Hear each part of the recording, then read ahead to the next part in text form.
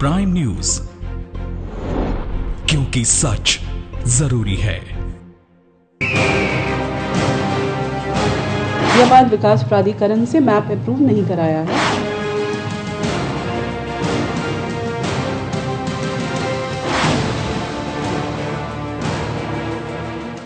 नमस्कार, बहुत स्वागत है आप सभी का प्राइम न्यूज पर। मैं हूं राजीव रघुनंदन। पिछले कई दिनों से प्रदेश की नौकरशाही के बेलगाम होने की कई रिपोर्ट सामने आई।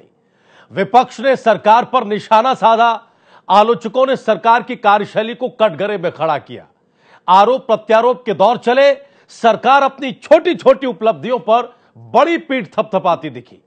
असल में प्रदेश में नौकरशाही की स्थिति क्या है, इसका क्लासिक एग्जाम्पल प्राइम न्यूज पिछले 4 दिनों से दिखा रहा है। गाजियाबाद की डीएम भी उसी कड़ी का एक हिस्सा हैं, जिनकी कार्यशैली प्रदेश सरकार की छवि को कटघरे में खड़ा कर रही है और धूमिल कर रही है।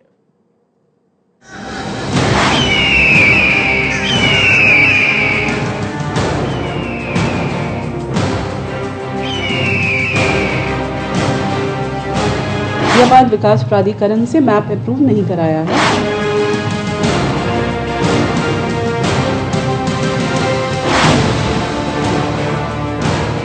प्राइम न्यूज लगातार कुरैशी ब्रदर्स के अवैध साम्राज्य का पर्दाफाश कर रहा है। आप लोग देख रहे हैं, योगी सरकार ने सत्ता में आते ही यह चाहा कि अवैध कत्लखाने बंद हो। सत्ता में आते ही यह भी चाहा कि सरकारी जमीन अवैध कब्जों से मुक्त हो जाए, कराई जाए। लेकिन प्रदेश में यह होता नहीं दिख रहा है। उदाहरण के लिए, एग्जाम्पल के लिए, गाजियाबाद के कल्लूगढ़ी रोड डासना में eagle continental foods private limited को आप ले लीजिए। यह एक ऐसी बड़ी मछली है, हमने कल भी यह कहा था, जो सीधे तौर पर सरकार की इच्छा शक्ति और सरकार की प्राथमिकता से टकरा रही है, वहां चोट कर रही है।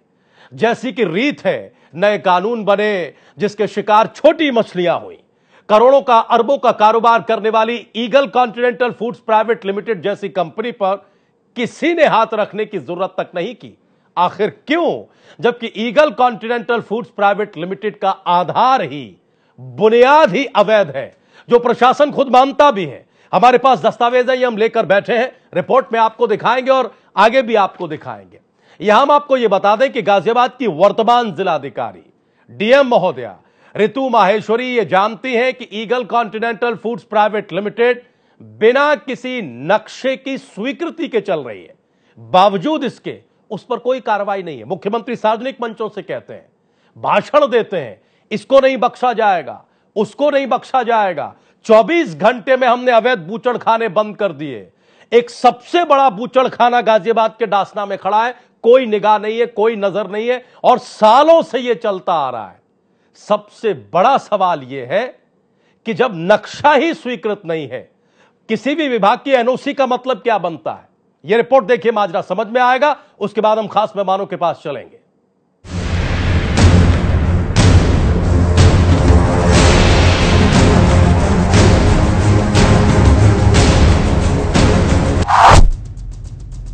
Eagle continental foods private limited के नाम से कोई जमीन नहीं। Eagle continental foods private limited के लिए मैप की स्वीकृति नहीं।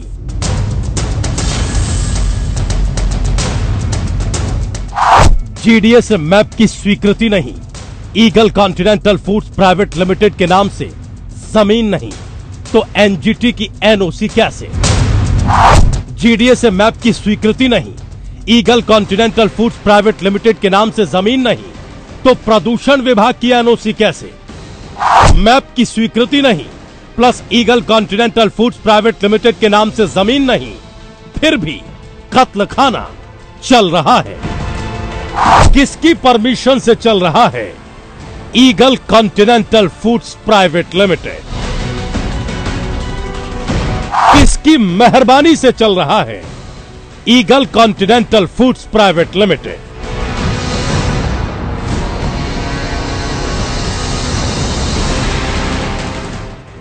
आज इन सारे सवालों के जवाब हम आपको देंगे, क्योंकि आज जो दस्तावेज हम आपको दिखाने जा रहे हैं उसे देखकर शाहिद अली कुरैशी और साजिद अली कुरैशी के पैरों तले जमीन खिसक जाएगी। आज जो दस्तावेज हम आपको दिखाएंगे वो कुरैशी ब्रदर्स के गॉडफादर का पर्दाफाश कर देंगे, क्योंकि उस दस्तावेज में वो सच्चाई छिपी है जो आज तक शासन और कुरैशी ब्रदर्स के अलावा शायद ही कोई जानता हो। हम आपको एक एक कर वो सारे दस्तावेज दिखाएंगे, साथ ही गाजियाबाद की जिलाधिकारी ऋतु माहेश्वरी का वो बयान भी सुनवाएंगे जो उन्होंने प्राइम न्यूज को eagle continental foods private limited के संदर्भ में दिया है। लेकिन उससे पहले ऋतु माहेश्वरी के बारे में जान लीजिए। नाम ऋतु माहेश्वरी, जिलाधिकारी गाजियाबाद। नाम ऋतु माहेश्वरी, वीसी गाजियाबाद विकास प्राधिकरण। जी हां, ऋतु माहेश्वरी के पास जिला गाजियाबाद में दो अहम और बड़ी जवाबदेही वाले पद हैं। मुख्यमंत्री योगी आदित्यनाथ ने उन पर भरोसा करके उन्हें बड़ी जिम्मेदारी दे रखी है, लेकिन इस सब के बावजूद इनका eagle continental foods private limited के संदर्भ में क्या कहना है, उसे सुनिए। के दो प्रकरण शिकायत दो प्रकरणों में आई है। एक तो कि ये अवैध तौर से बना हुआ है और नक्शा इसमें अप्रूव नहीं है। दूसरा कि सरकारी ज़मीन पे कब्जा किया गया है। दोनों प्रकरणों की जांच कराई जा रही है और प्राथमिक जो अभी रिपोर्ट आई है उसके हिसाब से जो तहसील की रिपोर्ट आई है तो सरकारी ज़मीन पे कब्जे की कोई पुष्टि नहीं पाई गई है। और ये प्रकरण पहले भी जो एसडीएम की रिपोर्ट आई है उसके हिसाब से लगभग 2 साल पहले भी जांच हुई है और कोई सरकारी ज़मीन पे कब्जा नहीं पाया गया है। बाकी इसकी डिटेल रिपोर्ट आएगी तो देखा जाएगा, बट एज ऑन डेट अभी ऐसी कोई तथ्य संज्ञान में नहीं आया है कि सरकारी ज़मीन पे कब्जा है। जिला गाजियाबाद की सबसे बड़ी अधिकारी होने के नाते अगर ऋतु माहेश्वरी ये बयान दे रही हैं कि शाहिद अली कुरैशी और साजिद अली कुरैशी की company eagle continental foods private limited जिस जमीन पर बनी है या जितनी जमीन पर खड़ी है वो कुरैशी ब्रदर्स की है, या शाहिद अली कुरैशी और साजिद अली कुरैशी किसी जमीन पर अवैध कब्जा नहीं किए हुए हैं, तो फिर ये दस्तावेज क्या कह रहे हैं? इन दस्तावेजों पर एक नजर डालिए जो तत्कालीन एसडीएम ने डीएलआरसी को 2015 में दिए थे। इसके मुताबिक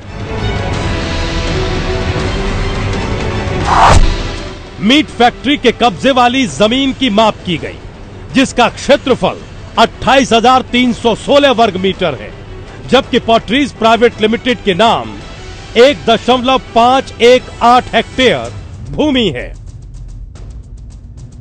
इस प्रकार फैक्ट्री के कब्जे में करीब 1.3136 हेक्टेयर भूमि बेसी है, मतलब ज्यादा है। बेसी भूमि के संदर्भ में किसी भी प्रकार की कोई टिप्पणी नहीं की गई है। यह जमीन फैक्ट्री को किस आधार पर मिली है कुछ पता नहीं।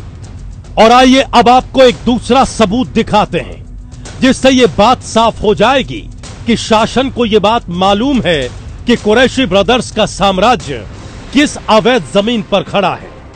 यह पत्र तत्कालीन एसडीएम ने एडीएम को लिखा है, जिसमें कई बातें हैं, पूरा डिटेल बताया गया है। लेकिन हम आपको उस पत्र के कुछ हिस्से बताते हैं जो सब कुछ जानते हुए भी अनजान बनने वाली शासन की पोल खोल कर रखते हैं। 2016 में लिखे गए इस पत्र में साफ तौर पर लिखा गया है, उक्त फैक्ट्री जो अधिक जमीन पर काबिज है वो भूमि भूमिदारी है, शासकीय भूमि यानी एलएमसी नहीं है। अगर संबंधित भूमि धारक को किसी प्रकार की आपत्ति या शिकायत है तो वो सक्षम अधिकारी के समक्ष प्रार्थना पत्र देकर अनुतोष प्राप्त कर सकता है। इसके मुताबिक यह जमीन सरकारी नहीं है, लेकिन यह भी साफ है कि इस जमीन का मालिक कुरैशी ब्रदर्स भी नहीं है। ऐसे में आम तौर पर यह होता है कि जिस जमीन का मालिक कोई नहीं होता है वो जमीन सरकार के कब्जे में चली जाती है। कहीं से भी कुरैशी ब्रदर्स उस जमीन का उपयोग करने के अधिकारी नहीं है।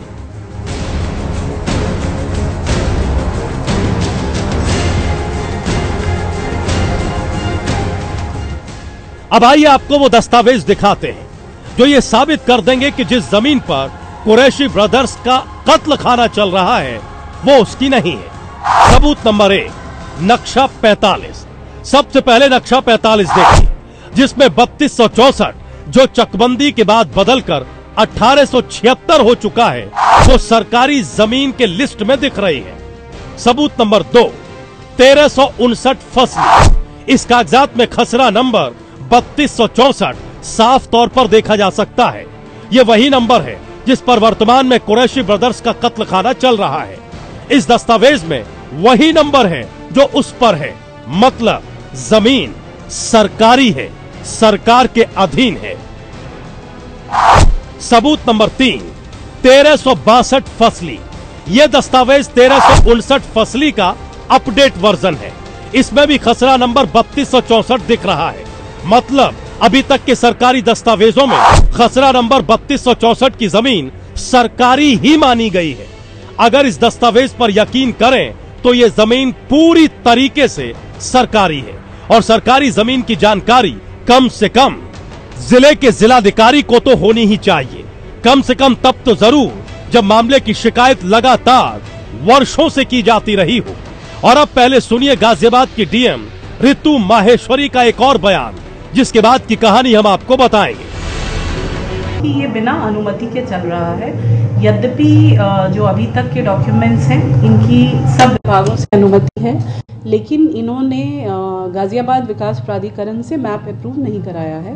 तो इसको संज्ञान में लेते हुए इन्हें पहले ही नोटिस जारी किया जा चुका है, जिस पे इन्होंने जवाब भी कुछ दिया है और 15 दिन का समय मैप सबमिट करने के लिए मांगा है। इसमें इनको सील पूर्व नोटिस भी कल जारी कर दिया गया है। फिर जी, तो उनका जवाब आ गया है। सील पूर्व नोटिस कल जारी हुआ है इसमें, तो उसमें 2-3 दिन का समय रहता है और उसके बाद जो भी नियमों के अनुसार कार्रवाई होगी वो इनके विरुद्ध की जाएगी अगर वायलेशन पाया जाता है तो। चलिए, कुछ तो गनीमत है, कम से कम जमीन नहीं तो मैप ही सही। डीएम साहिबा ये तो मान रही हैं कि कुरैशी ब्रदर्स का कत्लखाना बिना जीडीए के मैप स्वीकृति के सालों से चलता आ रहा है। Eagle continental foods private limited कोई छोटी मोटी कंपनी नहीं है, करोड़ों अरबों का कारोबार यहां किया जाता है। तो क्या शासन ने जानते हुए कि जीडीए से कत्लखाने का नक्शा स्वीकृत नहीं है उसके खिलाफ कोई कार्रवाई नहीं की? कुरैशी भाइयों पर शासन की इस मेहरबानी का मतलब क्या है? ये ऐसा सवाल है जिसका जवाब फिलहाल डीएम साहिबा ने नहीं दिया है और जांच करवाने का हवाला देते हुए 2 दिन का वक्त लिया है।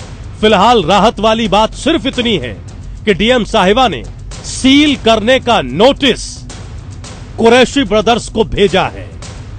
Bureau report, prime news.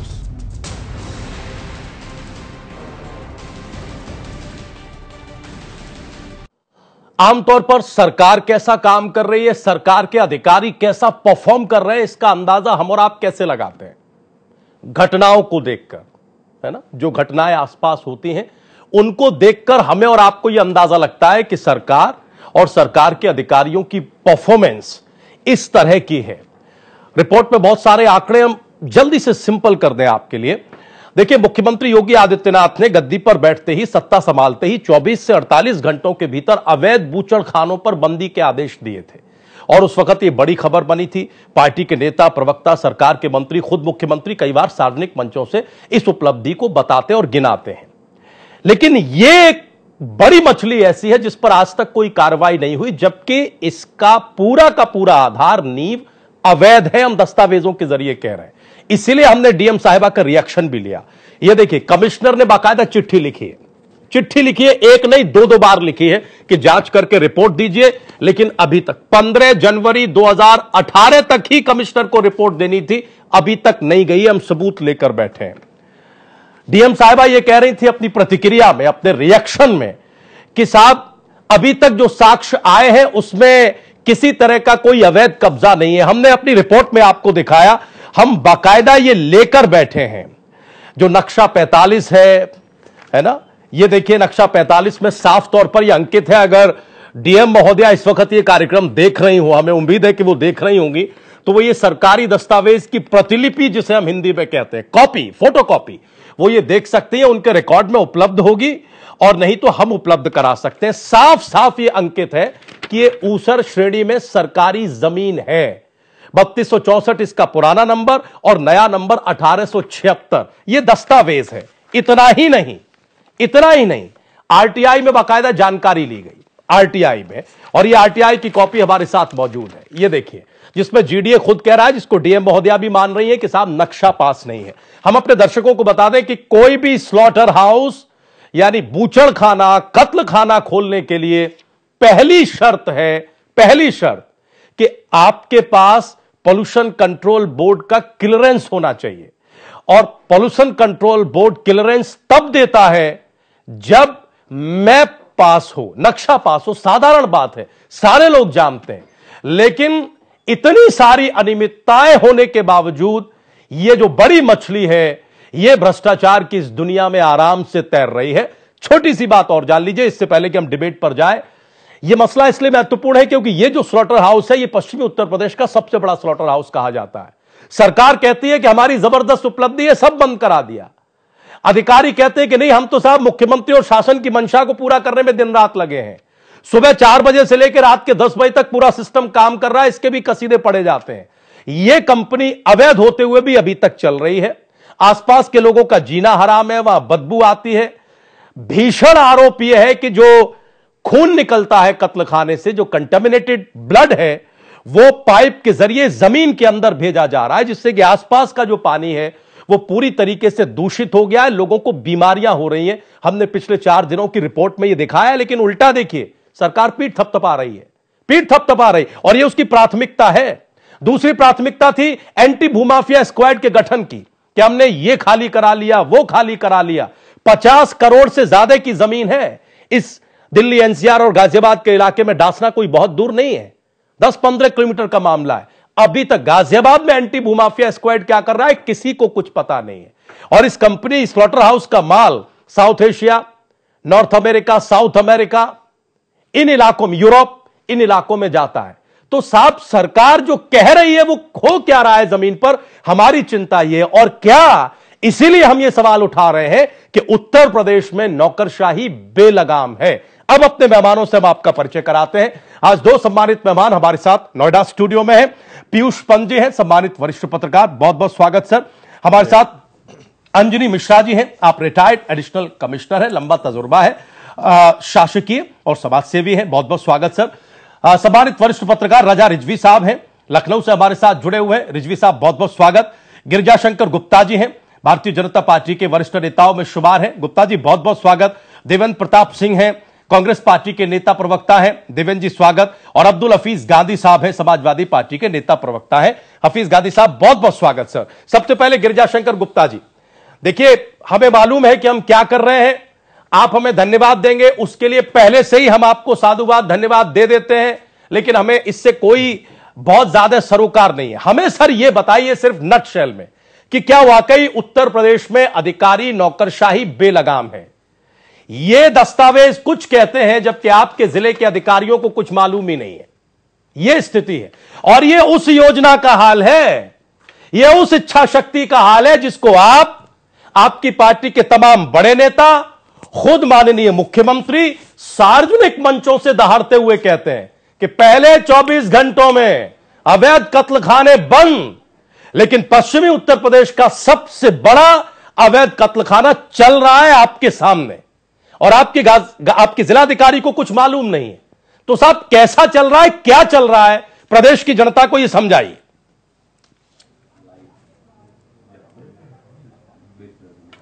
Rajiv जी, पहले तो मैं ये कहूंगा कि जो ये चल रहा है कि नौकरशाही बेलगाम है, मैं इस बात से सहमत नहीं हूँ। कैसे सर, क्यों सहमत नहीं? कि जो है, जब से मुख्यमंत्री की बात मानी नहीं जा रही, मुख्यमंत्री कहते हैं कि सब बेलगाम नौकरशाही जमीन हमने छुड़ा ली।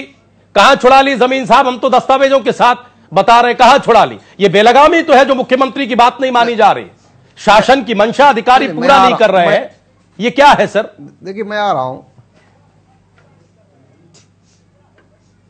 नहीं, देखिए, जो शासन की मंशा के अनुरूप काम नहीं कर रहा है अधिकारी, उसको तत्काल या तो सस्पेंड किया जा रहा है, या तो उसके विभाग बदले जा रहे हैं, या तो उसको सचिवालय से संबंध किया जा रहा है। मतलब जो है, जो अधिकारी सरकार के अनुरूप कार्य नहीं करेंगे उनको दंड निश्चित तौर से मिलेगा, और वो मिल रहा है। हम जो वर्तमान अधिकारी जहां जहां तैनात किए जा रहे हैं उनसे अच्छे काम की अपेक्षा की जा रही है, वो लगभग अच्छे काम कर भी रहे हैं। जो योगी जी का जो है मार्गदर्शन है, जो चाहते हैं कि जो है हमें उत्तर प्रदेश को नंबर 1 पे ले जाना है, उत्तर प्रदेश को ले जाना है, उत्तर प्रदेश को विकास की ओर ले जाना है, और समस्त समाज को लाभ पहुंचाना है, और उसके लिए वो काम कर रहे हैं। गुप्ता जी, एक मिनट, कह देने से कर रहे हैं, क्या कर रहे हैं हो जाता है साहब?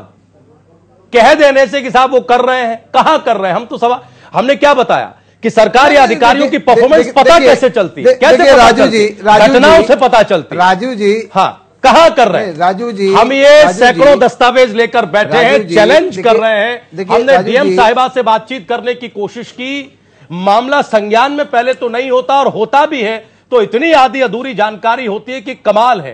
तभी तो हम सवाल कर रहे हैं कि जब मुख्यमंत्री बंद कमरे में कोई बात नहीं कह रहे हैं, खुलेआम एक नहीं सैकड़ों बार सार्वजनिक मंचों से कह रहे हैं, और अवैध बूचड़खाने और सरकारी जमीन के अवैध कब्जे को लेकर कह रहे हैं। ये दो चीजें अभी साल भर पूरा होगा, आप लोग उपलब्धियां गिनाएंगे और उपलब्धियों की सूची में सबसे ऊपर ये होगा, लेकिन इसी की हालत ये है। जवाब दीजिए ना, सिर्फ करने से मतलब कह दिया कि हमारे अधिकारी कर रहे, हो गया, कहां हो रहा है ये बताइए। देखिए, हाँ। जो इनको लाइसेंस मिला हुआ है, देखिए मैं किसी की पैरवी करने नहीं बैठा हूं, अच्छा, इनको लाइसेंस पिछली सरकार ने दिया है, पिछली सरकार ने इनको स्थापित किया है, किस बेस पे स्थापित किया है, आपने तो जांच बैठा दी है। डीएम साहब ने कहा है कि मैंने जांच बैठा ली है, सर आपसे तो कागज मांगे गए हैं, आपने तो बंद किए थे ना अवैध बूचड़खाने से। हरियाणा के मुख्यमंत्री यही कह रहे हैं कि वहां अपराध जो है पिछली सरकारों की देन है। गुप्ता जी, देखिए आप बंद किया गया है, इनके पास लाइसेंस है, पर्यावरण के लाइसेंस है, पर्यावरण का इनके पास लाइसेंस नहीं है, उसके बावजूद बूचड़खाना चला रहे हैं, तो उसकी डीएम साहब ने जांच बैठा ली है और उस पर कार्रवाई करेंगी। हम भी बात करेंगे डीएम साहब से कि आखिर क्या बात है, कार्रवाई नहीं हो रही है। सर 2 महीने में साल पूरे हो जाएंगे, आज 19 तारीख है, 10 महीने पूरे हो गए। 10 महीने में ये बड़ी मछली बच कैसे गई, ये बताइए ना साहब। हम तो ये पूछ रहे हैं आपसे, 10 महीने में सरकार या सरकारी तंत्र की निगाह इस पर गई क्यों नहीं? आप सिलेक्टिव है क्या? आप भी छोटी मछलियों पर कार्रवाई करते हैं क्या? नहीं, आप भी छोटी मछलियों को मार के पीठ थपथपा रहे हैं क्या? हाँ राजू जी, एक बात समझिए आप। हाँ राजू जी, उनके पास स्लेटर हाउस चलाने का लाइसेंस है। कैसे है? ये समझिए आप। एक मिनट, दूसरे लाइसेंस नहीं है जो कैसे है? स्लॉटर हाउस के लाइसेंस की शर्तें पता है सर आपको? स्लॉटर हाउस के लाइसेंस की शर्तें पता है? पिछली सरकार ने उसको गुप्ता जी, दिया है। अरे पिछली सरकार को छोड़िए, सरकार ने पिछली सरकार को चलाना है तो उन्हें दे दीजिए। सरकार ने उसको लाइसेंस क्यों दिया है? कैसे मिला लाइसेंस? और अगर आपने अवैध बूचड़खानों पर सख्ती की थी तो ये बच कैसे गया? जांच बैठा ली गई है ना, जिसके पास नक्शा नहीं है। देखिए, कोई चीज की जिसके जांच पास आएगी तभी नक्शा बंद नहीं है किया उसे लाइसेंस जाएगा। कैसे मिल सकता है? आज हरदोई में जिसके पास नक्शा नहीं है, जिस कंपनी का नक्शा पास नहीं है, जिस कंपनी का नक्शा पास नहीं है, उसे एनओसी कैसे मिल सकती है, लाइसेंस कैसे मिल सकता है? गिराने का काम किया तो कई चैनल चला रहे हैं कि उनको सूचना नहीं दी गई और प्रशासनिक अधिकारी जाके सीधे जो है गिराने का काम कर दिए हैं। देखिए, अगर सिर्फ ऊपर ऊपर की बात करनी हो और केवल शब्द कहने हो तो फिर कोई बात ही नहीं करनी। हम ये कह रहे हैं जिम्मेदारी से बात करिए। जिस कंपनी के नाम पर कोई जमीन नहीं है, जिसका नक्शा पास नहीं है, उसे लाइसेंस मिला कैसे? गई है। आप नहीं, आप क्या करने आए थे? दीजिए रिपोर्ट। सर देखिए, ज्यादा अवैध है तो पैनल बड़ा है, मैं सबका रिएक्शन ले। आपके दावे क्या थे ये बताइए? कर रही हैं आपके दावे क्या थे? मैं खुद बात आपने अवैध बूचड़खाने बंद किए थे ना? आपने अवैध बूचड़खाने बंद किए थे, ये कैसे छूट गया? हम अपने सारे दावों पे काम कर रहे हैं। काम कर रहे हैं? 10 महीने में ये नतीजा? हमने कर्जा, अरे 10 महीने में ये नतीजा? हमने कहा था गुप्ता जी 10 महीने में ये नतीजा? आप एक्सपोज, सड़कों का आप एक्सपोज है, आपके अधिकारी एक्सपोज कर रहे हैं। गिरिजा शंकर गुप्ता जी दिख रहा है, विभागों में आप एक्सपोज है, आपके अधिकारी एक्सपोज है। काम कर रहे हैं। आप क्या काम कर रहे हैं? देखिए, हम आज विषय कुछ दूसरा है, जाना नहीं चाहते। डीजीपी आप ला नहीं पा रहे हैं, आप काम कर रहे हैं। कैसा काम कर रहे हैं साहब? आप ऐसा ही काम कर रहे हैं कि बड़ी मछलियों को बचा रहे हैं। प्रदेश में एक डीजीपी की नियुक्ति होती नहीं और आप कह रहे हैं काम कर रहे हैं। पिछली सरकार पर आपने जिम्मेदारी डाली, अब्दुल हफीज गांधी साहब को ले लेते हैं। अब्दुल हफीज गांधी साहब, अरे भाई ये रोग भी आपने ही इन्हें विरासत में दिया। अब जवाब लेते, जवाब लेते, क्यों नहीं ज्वाइन कर जवाब रहे, लेते, उसका कुछ कारण होंगे। जवाब लेते हैं, क्यों नहीं ज्वाइन करे, उसके कुछ कारण होंगे, वो नहीं करेंगे। जवाब लेते, अरे गुप्ता जी अब जवाब लेते हैं, एक मिनट, क्योंकि वो एक तो कंपनी के नाम जमीन नहीं, केंद्र सरकार ने। अरे गुप्ता जी देखिए, हमने क्या कहा, सलाहियत और जिम्मेदारी गंभीरता से बात करिए। हर चीज सिर्फ जुमला नहीं होती है। आप समझाइए ना साहब कि जिस कंपनी के नाम जमीन नहीं है उसको लाइसेंस मिल गया, जिसके पास एनओसी नहीं होनी, जिसका नक्शा पास नहीं है, डीएम साहिबा खुद कह रही हैं, उसे लाइसेंस मिल गया। यही तो अवैध होता है। और अवैध आपको बंद करना था, अवैध आपको, आप कह भी रहे हैं कि हमने बंद कर दिया, यही बड़ी मछली तैर रही है। किसने है? गांधी जी को बोले लाइसेंस हमने नहीं दिया है। अरे कैंसिल तो आप कर सकते हैं, लाइसेंस हमारी सरकार ने नहीं दिया है। वोट तो आपको दिया है पब्लिक ने, लाइसेंस पिछली सरकार ने दिया है। तो चलने दीजिए जो पिछली सरकार में चल रहा था। नहीं राजू जी, बगैर चलने दीजिए पिछली सरकार में चल रहा था। हम लाइसेंस नहीं रद्द कर सकते हैं। हाँ। अगर आज हरदोई में अवैध निर्माण जो बने हुए थे उनको जब गिराने गए प्रशासनिक अधिकारी और गिराने का काम किया है, तो कई मीडिया चैनल चला रहे हैं कि उनसे कागज नहीं मांगे गए। सर कौन क्या चला रहा है हमें इससे मतलब नहीं दिया गया। हम तो आपको आईना दिखा रहे हैं दस्तावेजों के जरिए। देखिए कौन क्या चला रहा है हमें इससे मतलब नहीं, हम आपको दस्तावेज दिखा रहे हैं और प्रदेश की सरकार कैसी चल रही है ये आपसे पूछ रहे हैं। अगर वो गांधी जी जवाब दीजिए साहब, ये ठीकरा भी पिछली सरकार पर है। अगर गांधी जी जवाब दीजिए, नहीं करता है तो निश्चित तौर से बंद होगा। गांधी जी जवाब दीजिए। देखिए राजीव जी, मैं ये कहना चाहता हूं कि सरकार, देखिए मैं ये कहना चाहता हूं कि हमारी सरकार में चली हमारी सरकार, और अगर उस वक्त ये मसला उजागर नहीं हो पाया, मैं मानता हूं कि कुछ चीजें गलत हो जाती हैं सरकार में और ये अमूमन होता है, लेकिन अगर वो चीज हमारी सरकार में उजागर नहीं हुई और अब जाकर उजागर होती है, तो जो भी सरकार है उसको ये चाहिए कि तथ्यों के आधार पर एक्शन लेना चाहिए, बल्कि बचना नहीं चाहिए। और ये जो सरकार आई थी, इन्होंने तो शुरुआत में भी दावे किए थे कि हम इस तरह के जो अवैध बूचड़खाने हैं वो चल नहीं सकते। तो जिस तरह के दस्तावेज प्राइम न्यूज के पास हैं, उन सारे दस्तावेज को देखकर ऐसा लगता है कि बहुत तरह की जो एनओसीज हैं वो लेनी चाहिए थी, वो इन्होंने नहीं लिए। और मैं समझता हूं यही चीज अवैध होती है। और अगर ये सरकार 10 महीने में एक्शन नहीं ले सकती है तो इनकी कथनी और करनी में फर्क समझ आ सकता है। और ये भी समझ आ सकता है कि अंडर द टेबल क्या चल रहा होगा।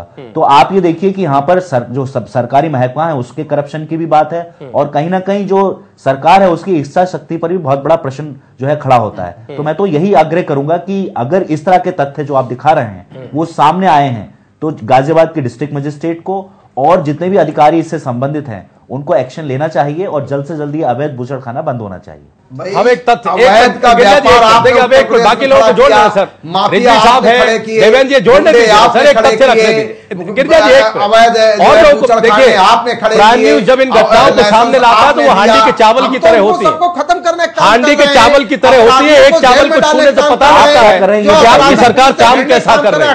आप क्या कर रहे हैं? देखिए मुश्किल तो यही है, 19 दिन से आपके पास डीजीपी नहीं है, किस तरह का प्रयास चला रहे हैं? गिरजा जी एक तरफ सुन लीजिए, गिरजा सुन लीजिए जरा, बड़ी बड़ी बातें मत कीजिए। अरे सर सुन लीजिए, पिछले 19 दिन से आप सुन लीजिए, पिछले 19 दिन से आपके पास प्रदेश चला रहे हैं। अरे एक मिनट गिरजा जी, बिल्कुल ये तेजी वहां दिखाइए ना कार्रवाई उनकी सरकार के हनक नहीं है क्या? गिरजा जी वहां दिखाइए ये तेजी, ये तर्क डीएम साहिबा को समझाइए, ये तर्क डीएम साहिबा को समझाइए। हमारी बात सुन लीजिए, फिर हम देवेंद्र जी के पास जाए। 1 घंटे की डिबेट में वैसे ही बहुत समय नहीं होता। ये हांडी के वो चावल है, ये हांडी के वो चावल है जो छूने से पता चलता है, जांच करके उसकी, ये छूने से पता चलता है। अगर उसके पास एनओसी, देखिए ये जो एनओसी का मामला है ना, सुन तो बना रखा है, अरे निश्चित तौर से बूचड़खाना बंद होगा। मैं यहाँ कह के अरे होगा कब साहब, आप तो पहली कलम 24 घंटे, 1 महीने, 100 दिन, कितना मतलब पब्लिक का पेशेंस भी है, थोड़ा आप समझिए ना।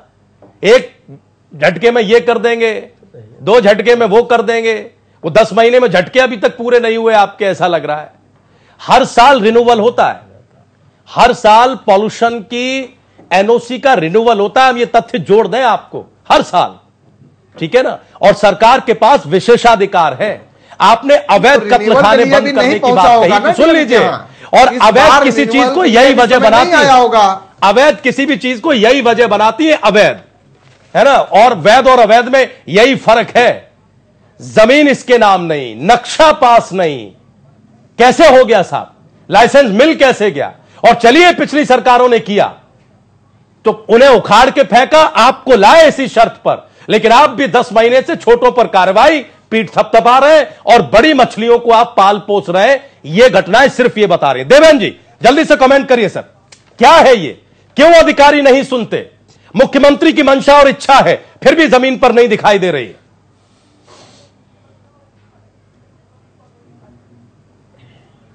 राजीव भाई, सबसे पहले तो मैं आपको धन्यवाद देना चाहूँगा कि लगातार आप जन समस्याओं के मुद्दे को उठा रहे हैं, सरकार को चेता रहे हैं।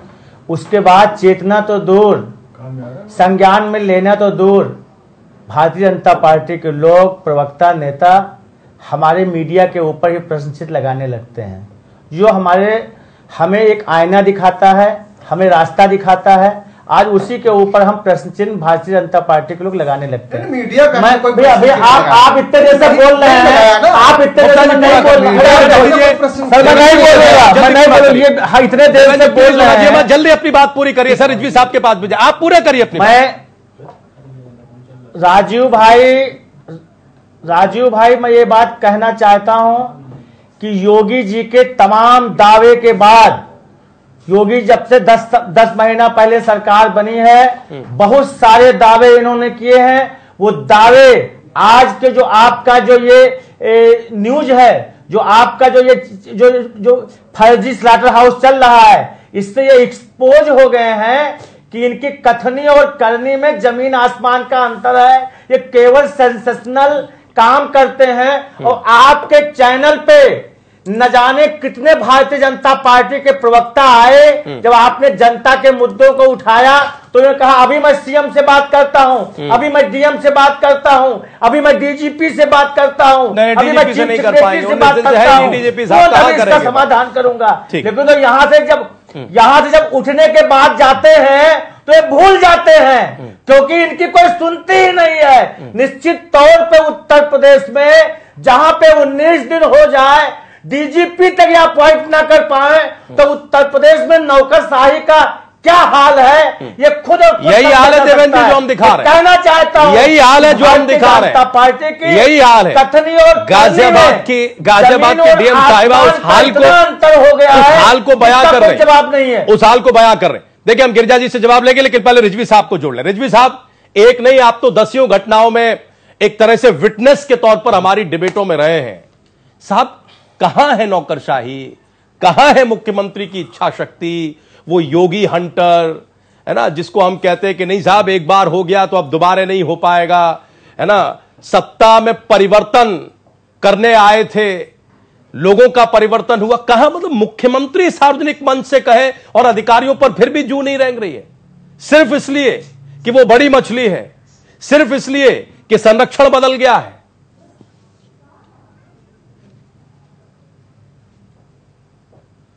देखिए, सबसे पहले तो मैं आपको बधाई दूंगा कि शाहिद और साजिद का खेल जो है वो आपने बड़े अच्छे तरीके से और फुल प्रूफ, फुल एविडेंस के साथ आपने पूरे देश के सामने बात रखी है। और ये बिल्कुल सही है कि ये जो काम हो रहा था, ये काम इतने दिनों से हो रहा था और लोग बिल्कुल आंख बंद किए थे, चाहे अधिकारी ऊपर लेवल के हों, चाहे नीचे लेवल के हों और चाहे लोकल लेवल के अधिकारी हों। सबसे पहले तो मैं आपको बताना चाहता हूं, गोमती नगर में जो पोल्यूशन बोर्ड का ऑफिस है, बिल्कुल वो एम्बेसी लगता है जी। अगर कोई भी पोल्यूशन बोर्ड में जो है स्लॉटर हाउस के एनओसी के लिए जाता है तो आप ये समझ लीजिए एनओसी उसको आसानी से नहीं मिलती। एनओसी में सुविधा शुल्क लगता है और वो सुविधा शुल्क कोई बहुत आसान सुविधा शुल्क नहीं होता, वो बहुत लंबे शुल्कों में होता है। मतलब वो जो जीरो आते हैं उसमें जीरो बहुत ज्यादा जीरो होते हैं, उसको गिनने में जरा दिक्कत होती है। तो सुविधा शुल्क के बाद ही वहां से एनओसी जब मिलती है तभी कोई स्लॉटर हाउस चल पाता है। अब ये कैसा स्लॉटर हाउस चल रहा था कि जिसके पास जमीन भी नहीं, जिसके पास पोल्यूशन बोर्ड से एनओसी भी नहीं, और उसके बाद वो स्लॉटर हाउस चला करके करोड़ों रुपए की आमदनी कर रहा था। तो इसमें साफ साफ जो है राजीव जी, लोकल एडमिनिस्ट्रेशन, लोकल जो है वहां के, चाहे वो एसओ हो, चाहे वहां का लोकल जो है पोल्यूशन बोर्ड का अधिकारी हो, और चाहे वहां लोकल संबंधित पुलिस हो, चाहे संबंधित जो भी हो, वो लोकल अगर संरक्षण नहीं है, वहां नेता के संरक्षण के चल नहीं सकता है, संरक्षण के इतना बड़ा चीज नहीं चल सकता है। संरक्षण उसके ऊपर होगा।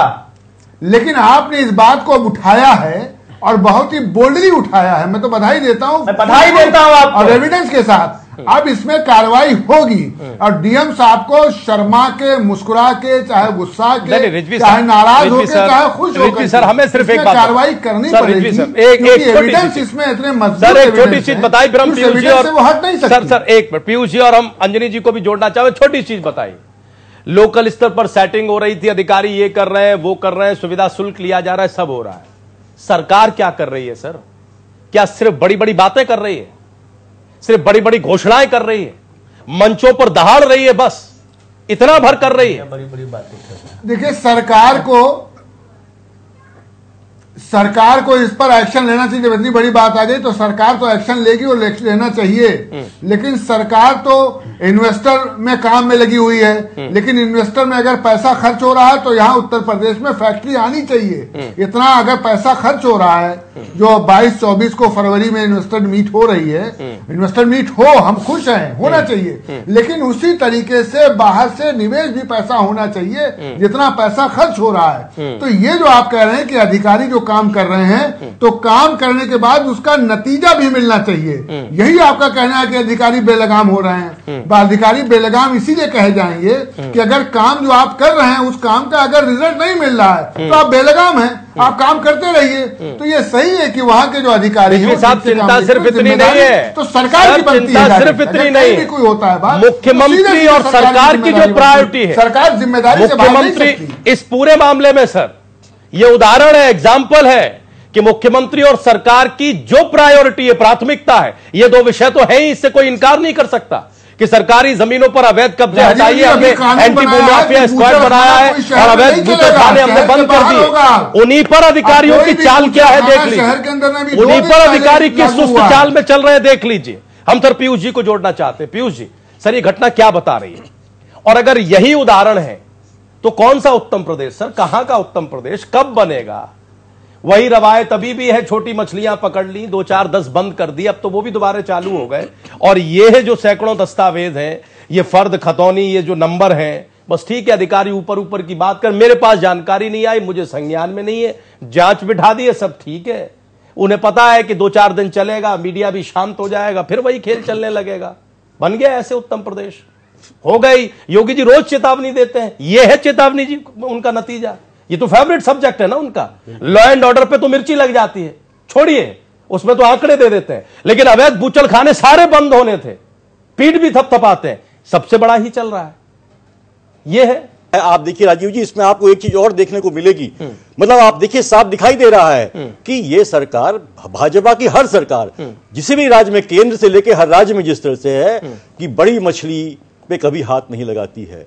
देखिए आपको याद होगा कि योगी जी ने आते ही जो है बुचड़खानों पे जो कहा था लगातार जो है सब अवैध बुचड़खाने बंद कर दिए जाएंगे।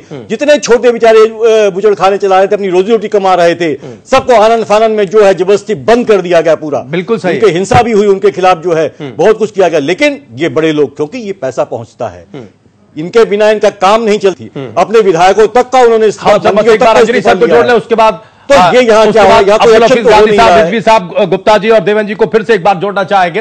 अंजनी सर ये बताइए, प्रशासनिक तजुर्बा है आपका, हम सवाल ये उठा आएंगे, जवाब दीजिएगा सर, जवाब दीजिएगा। पहले एक बार अंजनी जी बोल रहे, जवाब दीजिएगा। देखिए जवाब सिर्फ शब्दों में होगा, बेहतर जवाब तो एक्ट होता है सर। फिलॉसफी में हम नहीं जाना चाहते, समय नहीं है। बेहतर जवाब होता है एक्शन।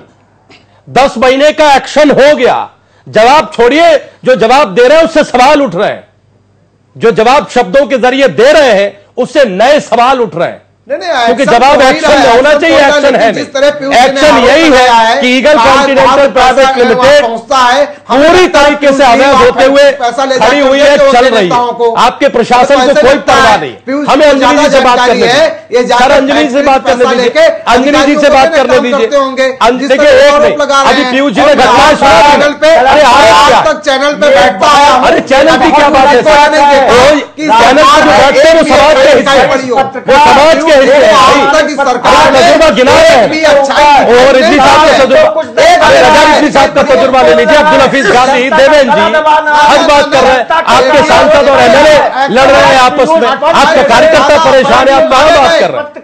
एक मिनट देवेंद्र जी हो गया, एक मिनट गिरिजा जी एक मिनट, अरे अंजलि जी से बात करने दीजिए भाई।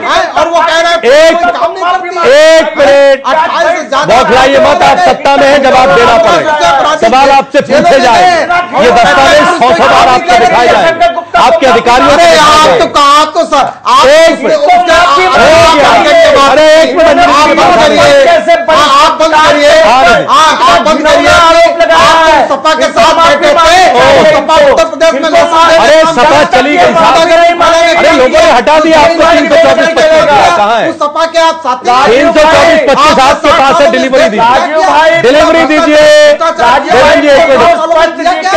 आप आरोप लगा रहे हो, गिरिजा जी गला थक जा रहा है, एक मिनट सर, मारे गए थे, हमें ब्रेक पर जाना पड़ेगा, हमें ब्रेक पर जाना पड़ेगा, हम ब्रेक लेना नहीं चाहते, खोखली बातों से कुछ नहीं है। एक मिनट देखिए, हमें ब्रेक पर जाना पड़ेगा फिर इस तरह की बात से नहीं चले। एक बार बात एक ब्रेक ले रहा, अरे नहीं सिर्फ आप लोग बात करेंगे तो कैसे होगा? एक छोटा सा ब्रेक ले रहे हैं, एक छोटा सा ब्रेक ले रहे हैं, हम लेना नहीं चाहते, एक छोटा सा ब्रेक ले रहे हैं। अगर हमारे प्रवक्ता महोदय चुप हो गए हो और आरोप प्रत्यारोप में न फंसे हो, भाई पब्लिक इंटरेस्ट का सवाल है, सुनिए, सैकड़ों हजारों लाखों लोगों की सेहत का सवाल है, जिंदगी का सवाल है, पानी प्रदूषित हो रहा है, बदबू आती है, आपके इच्छा शक्ति का प्रश्न है, मुख्यमंत्री कहते हैं, अधिकारी सुनते नहीं, उस विषय पर हम डिबेट कर रहे हैं। अंजनी जी की बात सुन लीजिए, लंबा तजुर्बा उन्हें प्रशासन का है। अंजनी जी, सर ये कैसे होता है जब नौकरशाही बेलगाम हो? क्या ऐसा हो सकता है कि मुख्यमंत्री दिन रात किसी भी मंच से अपनी चाहत को बताते हो, और खासतौर से वो सरकारी जमीनों के अवैध कब्जे और ये अवैध बूचड़खाना वाला विषय है ना, उसी पर अधिकारी सबसे ज्यादा लचर हो? क्या ये हो सकता है? और अगर ये है जो कि दिख रहा है, एक मिनट जो कि दिख रहा है, तो फिर स्थिति क्या है सर, बयां करिए। एक मिनट, अब देखिए तजुर्बा सुन लीजिए, एक मिनट वक्त जाया मत करिए भैया, वक्त जाया मत करिए, वक्त जाया मत करिए। अंजनी जी बोलिए। राजीव जी, आपने बड़ा अच्छा प्रश्न उठाया है कि प्रशासनिक अधिकारी जो है, प्रशासनिक विभाग हैं, ये मुख्यमंत्री और सरकार की प्राथमिकताओं को एक मिनट, अरे बात तो सुन लीजिए भाई, एक मिनट, आपस में ही पॉलिटिकल स्कोर करते रहिएगा, पब्लिक की कोई चिंता मत करिएगा, हद बात है यार। एक मिनट देवेंद्र जी, एक मिनट गिरिजा जी, एक मिनट, फोन लाइन पर हमारे साथ ए.के. तिवारी जी, एक मिनट सर, एक minute, A K. Tiwari ji phone line पर जुड़े हुए हैं, आप रीजनल मैनेजर हैं पॉल्यूशन कंट्रोल बोर्ड के, गाजियाबाद से हमारे साथ जुड़े। तिवारी जी, हमारी आवाज मिल रही है सर? तिवारी जी, आप हमें सुन पा रहे हैं क्या? आवाज आ रही है सर, हम ये जानना चाहते हैं कि गाजियाबाद के कल्लूगढ़ी रोड डासना में eagle continental foods private limited जो कि एक स्लॉटर हाउस है, वो क्यों चल रहा है और किन मानकों के आधार पर चल रहा है? इसकी हमने जांच करा ली है, इनके विरुद्ध कार्रवाई के लिए प्रकरण चला दिया है। नहीं तिवारी जी, आपके विभाग ने इसको एनओसी दी थी, किस आधार पर दी थी सर, ये जनता को बता दीजिए। जांच तो अच्छी बात है आप करा रहे हैं और कराइए, लेकिन एनओसी किस आधार पर दी थी तब, जबकि नक्शा पास नहीं है, ये बता दीजिए। 2007 में जो मेरी जानकारी में है, मैं गाजियाबाद में पिछले महीने ही मैंने ज्वाइन किया है, अभी हाल में ही मैंने गाजियाबाद का कार्यभार ग्रहण किया है। अच्छा, जानकारी पर आया है, इसके मुताबिक सन 2007 में इनको पोल्यूशन कंट्रोल बोर्ड से एनओसी मिली थी बोर्ड की स्थापना के लिए। अच्छा, ठीक, तो हर साल रिन्यू होती है ना सर? अब आप आए हैं साल दिन पहले, जब रिन्यूअल होने को होगा तो आपने तथ्य देखे होंगे, रिपोर्ट्स देखी होंगी या नई रिपोर्ट्स मंगाई होंगी। मुख्यमंत्री की मंशा है कि अवैध स्लॉटर हाउस बंद हो, इस पे बताइए सर। मैं बता रहा हूँ, 2017 तक के लिए इनको अनुमति प्राप्त थी। अच्छा, कैसे? 2017 तक की इनको सहमति प्राप्त थी। किस चीज की सहमति सर? उद्योग चलाने के लिए। उद्योग चलाने के लिए, ठीक है जी हाँ जी। अच्छा, नहीं तो क्या आप लोगों ने देखा कि इनका नक्शा पास है?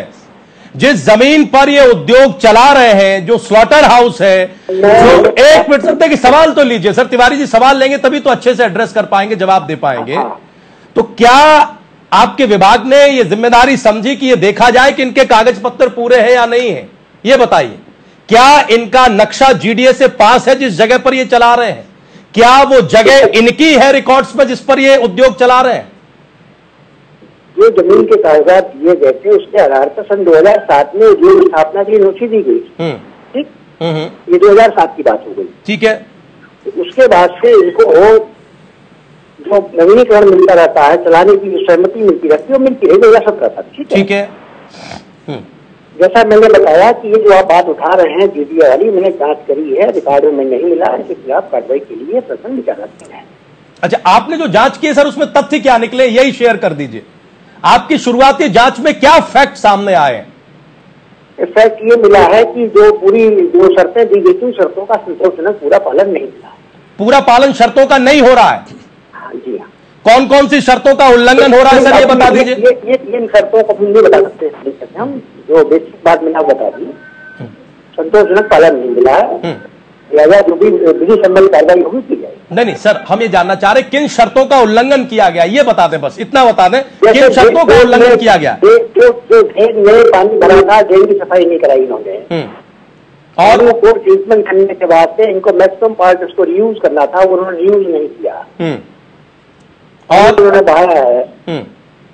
और भी कुछ कमियां मिली है, डिस्पोजल सही तरीके से नहीं मिला है, जो हमारे सिस्टम के हिसाब से होना चाहिए वो नहीं मिला है, क्योंकि इसमें कार्रवाई उच्च स्तर से होनी है। हमने अपना काम कर दिया है, जांच करके रिपोर्ट भेज। तिवारी जी आप फोन लाइन पर बने रहे, कुछ फैक्ट हम आपके सामने रख दें, शायद हम जो बताएं उससे आपकी जो जांच है उसका दायरा बढ़ जाए, है ना। देखिए ऐसा है तिवारी जी कि जिस जमीन पर ये पूरा उद्योग खड़ा हुआ है, चूंकि आप कह रहे हैं कि 2007 में अनुमति मिली है, हमारे पास ये रिकॉर्ड है, अगर इस वक्त आप टेलीविजन देख रहे हो तो, है ना। वो जमीन, एक मिनट सर बस सुन लीजिए, आपको पता लग जाएगा तिवारी जी, वो जमीन उस कंपनी के नाम नहीं है, आप चेक कराइएगा, वो जमीन उस कंपनी के नाम नहीं है, नंबर 1।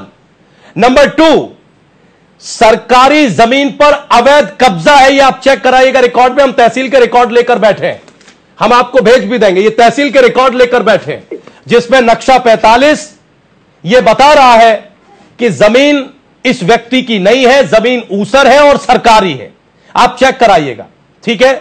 जल और वायु की जो परमिशन आपने दी वो हर साल रिन्यू होती है, वो इसलिए नहीं मिल सकती। जो 20 शर्तें हैं पॉल्यूशन कंट्रोल बोर्ड की कि ये शर्तें पहले पूरी करिए तब हम आपको एनओसी देंगे, उसमें एक शर्त यह कि नक्शा पास होना चाहिए।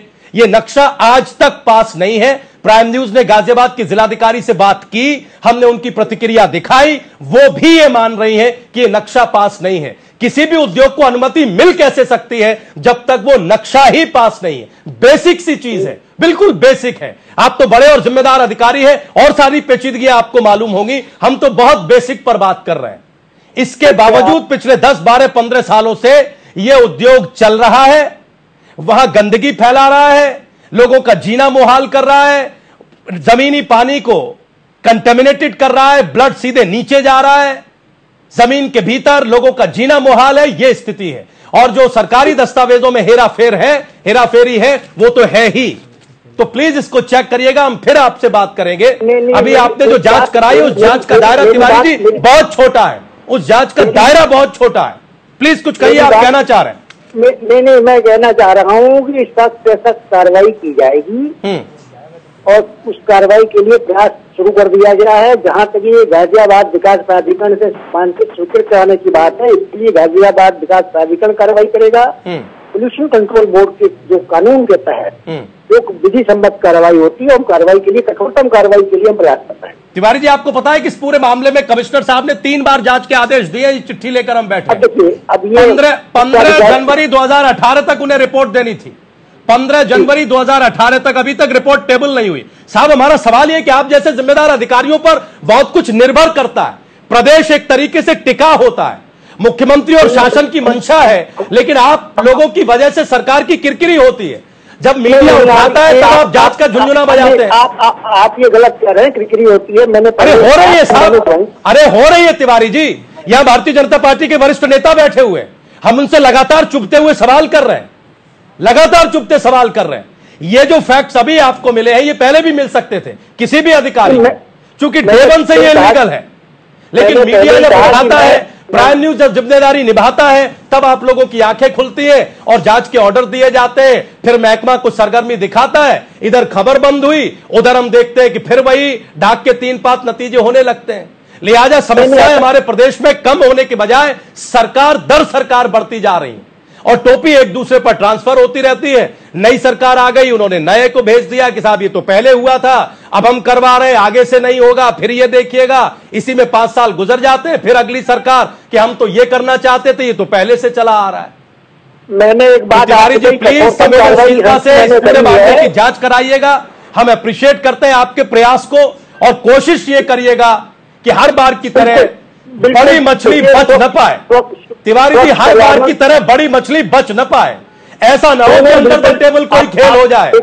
ऐसा ना हो कि सर, ऐसा ना हो कि एक तिवारी को किसी पैसे के प्रभाव में ले लिया जाए और तिवारी जी भी वही रिपोर्ट लगा दे। तिवारी जी भी वही रिपोर्ट लगा दे जो रिपोर्ट आज तक लगती रही है। हमें आशंका है इस बात की, इसलिए हम आपको चेतावनी दे रहे हैं। बहुत बहुत शुक्रिया सर, समय निकालने के लिए और हमसे इतनी बात करने के लिए। समय निकालने के लिए और इतनी बात करने के लिए हम चाहते हैं कि प्लीज आप अपनी जिम्मेदारी निभाएं, क्योंकि आप जैसे सक्षम अधिकारियों की जिम्मेदारी पर बहुत कुछ टिका हुआ है। दरअसल उत्तम प्रदेश किसी और चीज पर नहीं बनेगा, उत्तम प्रदेश हमारे आपके आचरण पर बनेगा। हम आचरण उत्तम करेंगे, प्रदेश अपने आप उत्तम हो जाएगा। अभी पीयूष जी गिना रहे थे समस्याओं की सूची, सब लटक रहा है, कुछ नहीं हो रहा है, यह स्थिति है। हमारे सभी मेहमानों का बहुत बहुत धन्यवाद। समय आज बिल्कुल नहीं है, हम बहुत माफी चाहते हैं अंजनी मिश्रा जी कि हमने आपकी बात को बीच में रोक दिया और एक भी प्रतिक्रिया हम आपसे नहीं ले पाए, चूंकि हमारे साथ तिवारी जी जुड़ गए। बहुत बहुत शुक्रिया सर। आगे भी हम इस पूरे मामले को उठाते रहेंगे। हमारी चिंता सिर्फ यह है कि अगर सरकार कोई इच्छा शक्ति दिखाती है तो top to bottom, A to Z वो हर जगह दिखनी चाहिए। केवल शब्दों के जरिए सफाई नहीं दी जानी चाहिए, आचरण में दिखना चाहिए कि यह प्रदेश उत्तम प्रदेश बन रहा है। आज के लिए बस इतना ही। आप लोग कहीं जाइएगा नहीं, प्राइम न्यूज पर खबरें जा रही हैं।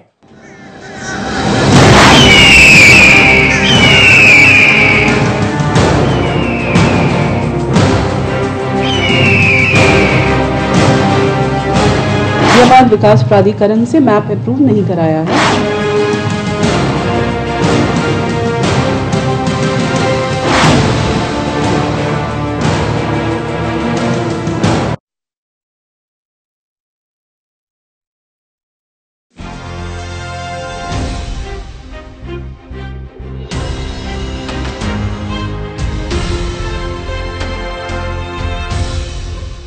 ये है प्राइम न्यूज, क्योंकि सच जरूरी है।